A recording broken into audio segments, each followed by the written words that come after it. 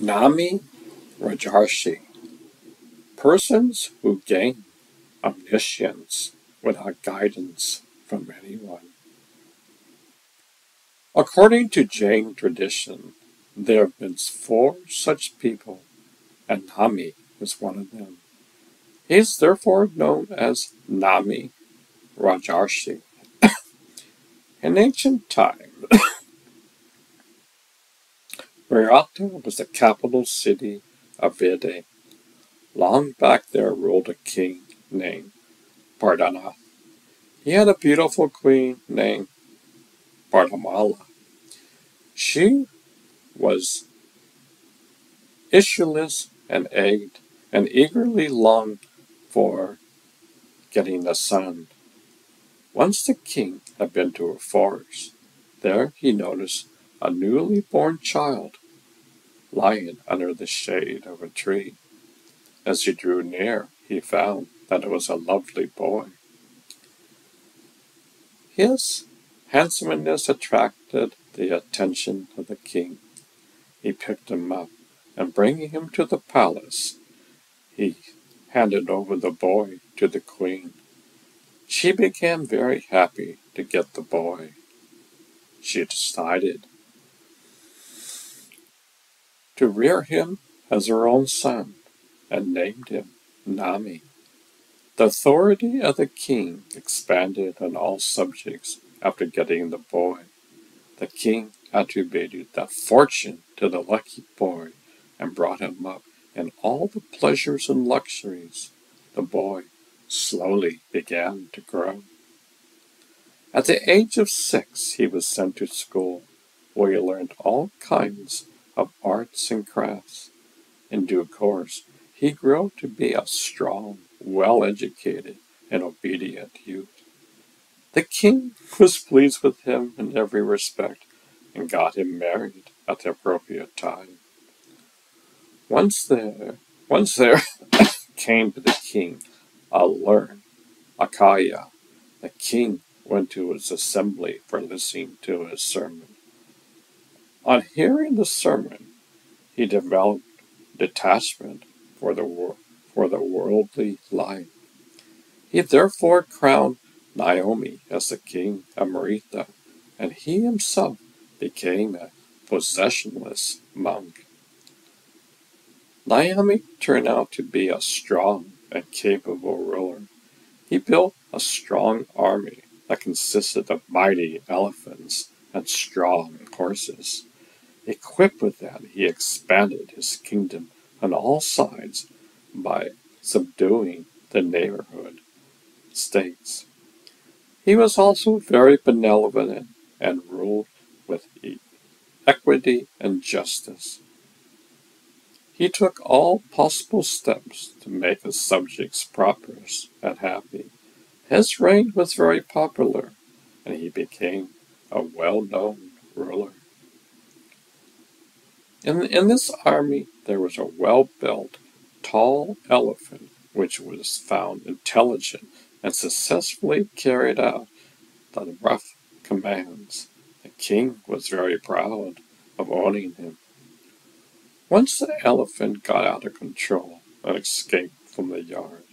As he ran towards the forest, the keepers pursued him with all possible haste. The elephant, therefore, had to run ahead. He then turned towards Suduknar, which was the capital city of a neighboring state. King Chandrasha was ruling over there. He had come to know of the escape of the elephant, which he also covered to get. He therefore sent his experts to control the elephant. The animal was exhausted of wandering and hunger by the time he entered the territory of Sadushapar. The keepers of Sadushapar could therefore easily subdue him. As Naomi learned about the capture of his elephant, he sent a message to Chandrashar to return the elephant to Maitra. Chandrashar was, however, proud of his own strength, and retreated and refused to comply. Thereupon Naomi took a large continental army and invaded Sarushnar. Chandrasvash knew that his army was not a match for the invading forces in an open combat. His capital had, however, strong built-up defense mechanisms. He therefore closed the gates of his fortified city and confined himself within. From there, he successfully resisted a formidable invading army and prevented it from entering the city. Naomi tried his best to force open the fortress, but the defending party did not yield for a long time. Once, while Naomi was sitting in the camp, planning his strategy, he noticed a venerable, aged nun coming to his camp. He rose from his seat and welcomed her. Then he requested her to let him know if he could be of any service. The nun said that she had been there to present the fractional war in which he had engaged himself. Naomi was amazed to hear these words, because he knew that Chandravash was in no way related to him. The nun, however, insisted that Chandasvar was his brother and asked Naomi to give up the war. Naomi thought she'd become a nun, might be considering everyone as brothers to others. He said that he respected her wishes and appreciated that a sense of her affection for everyone.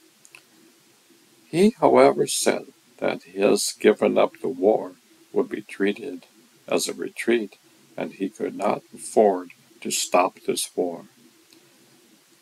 The nun said that Chandrasvar was his blood brother, and she did not want the two brothers to fight for the sake of an elephant. As Naomi could not believe what she said, the nun described the following tale. Years later, Merimoth was the king of Sarusapar. He had no issues. His brother Yargutu was therefore nominated as the crown prince. Yubita had a beautiful wife named Mahadahaka. They had a son who was named Jandavesh. After a few years, Madhavar became pregnant once again. Marath opened the good fortune of his brother and wished to get Mahadvar as a wife. As it happened to see the graceful Mahadvar in her pregnancy, he got too much enamored of her. Mahadra was, however, a faithful wife and did not respond to the gestures of the king. Pamanarath had become impatient to get her love. He thought that she would not yield as long as Yugdha was alive.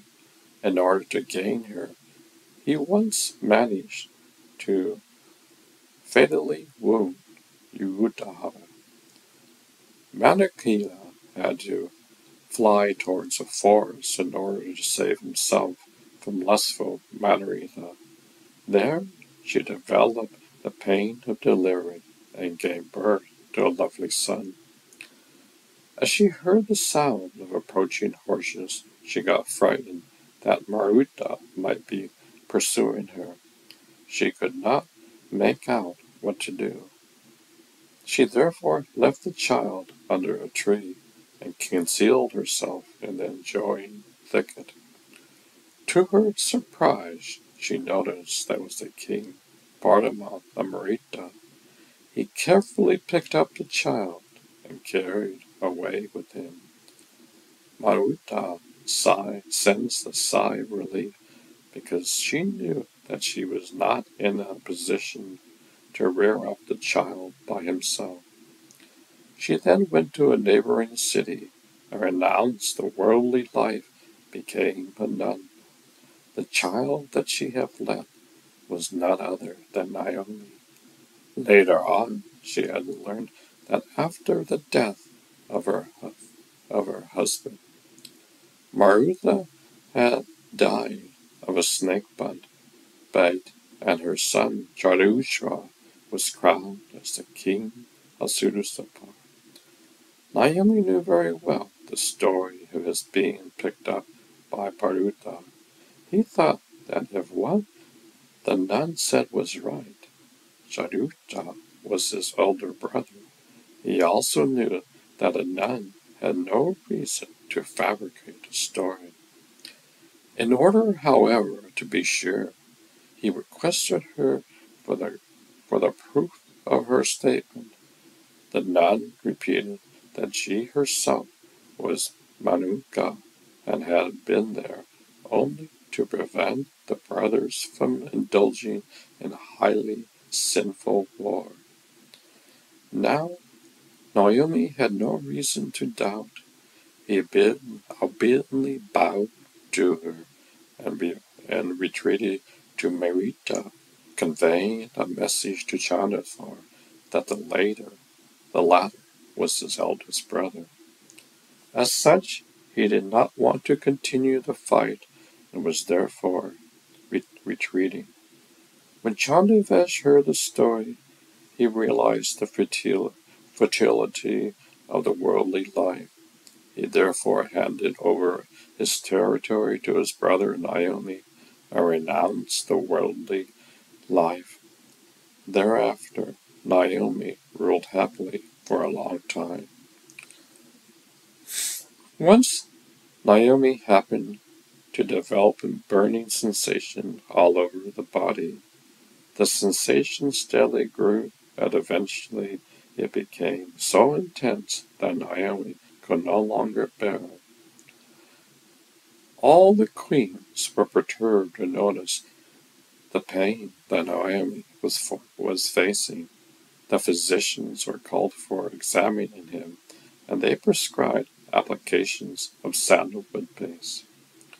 For that purpose, the queens themselves started making paste by grounding sandalwood on hard stone.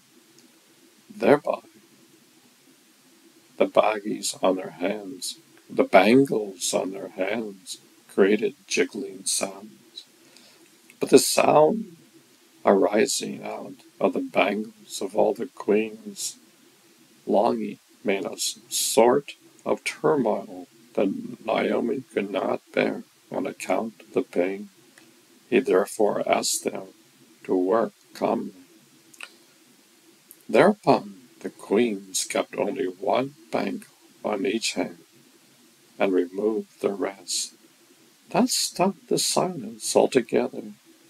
Naomi liked the prevailing silence, but wondered whether the queens had discontinued preparing the paste. Feeling impatient, he asked whether the paste was getting ready. The queens replied that they were busy doing that, but they no longer made any noise because they only retained one bangle on each hand. This made an unexpected impact on the mind of Naomi. He felt that multiplicity gives rise to unnecessary hustle and bustle, while peace lies in solitariness.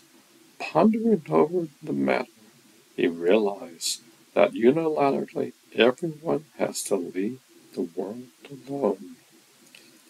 In that case, what is the real purpose of all the worldly convictions? This sort of contemplation laid him to the sense of detachment from everything. He made up his mind that on recovery from the pain, he would renounce the worldly life and become a solitary monk. And according he did. as he recovered soon after. As a monk, he undertook severe penance and meditated in complete loneliness. Even the heavenly beings were impressed by his penance and acute sense of detachment. Once Indra, the heavenly king, decided to test his detachment. In the guise of a learned Brahmin, he came to the place where Naomi was penancing. One after another, he pointed out to Naomi that Marita was full of agony on account of crisis of his kings and other people, consequently upon his renunciation. Marita was set ablaze. Marita was totally defenseless. Marita was affected by things, burglars, and other criminals. His erstwhile subordinates, while defying the authority of Manutra and so on. Naomi, however, remained totally unperturbed and replied that everything happens as destined and his interference could not make any difference.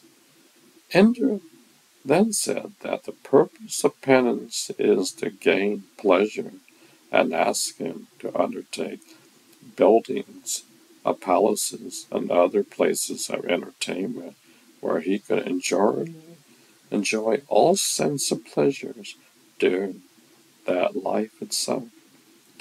He also called Naomi to undertake ritual sacrifices for earning Paryushan. Since Naomi remained firm, Indra tried to dissuade him by pointing out to the need for begging alms and other rigors of the renounced life. The dialogue between Indra and Naomi has been given in chapter 9 of the Uttapana Sutra. None of the efforts of Indra had any impact on Naomi, who said that he would gladly continue the life of a lonely monk instead of resorting to the monetary pleasures of the worldly life. Indra then realized the futility of his efforts. He congratulated Naomi for her sense of detachment and bringing him. He went back to his place. Naomi then continued his penance with all the vigor and ultimately gained omniscience.